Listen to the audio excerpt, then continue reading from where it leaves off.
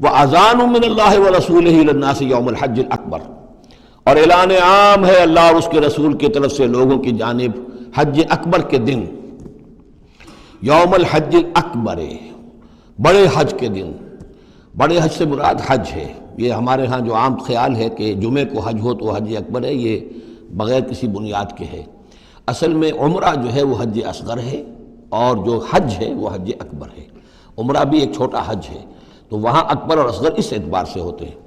تو یوم الحج الاکبر، جب جو حج آ رہا ہے اس دن، ان اللہ بریء من المشرکین ورسولہ، اعلان عام، چونکہ حج میں تو تمام اطراف و اکناف جو ہیں جزیرہ نما عرب کے وہاں سے لوگ آئے ہوئے ہیں، تو اعلان عام ہو جائے گا کہ اللہ تعالیٰ بری ہے، الگ ہے، اس کا کوئی معاہدہ مشرکین کے ساتھ نہیں ہے، نہ صرف اللہ بلکہ اس کے رسول بھی۔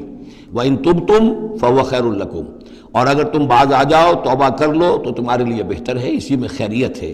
وَإِن تَوَلَّيْتُمْ، اگر تم پیٹھ موڑ لو گے، روگردانی کرو گے، فَاعْلَمُوا أَنَّكُمْ غَيْرُ مُعْجِزِ اللَّهِ، تو سن رکھو تم اللہ کو عاجز نہیں کر سکتے، تم اللہ کو شکست نہیں دے سکتے۔ وَبَشِّرِ الَّذِينَ كَفَرُوا بِعَذَابٍ أَلِيمٍ، اور ان کافروں کو اے نبی بشارت دے دیجئے دردناک عذاب کی۔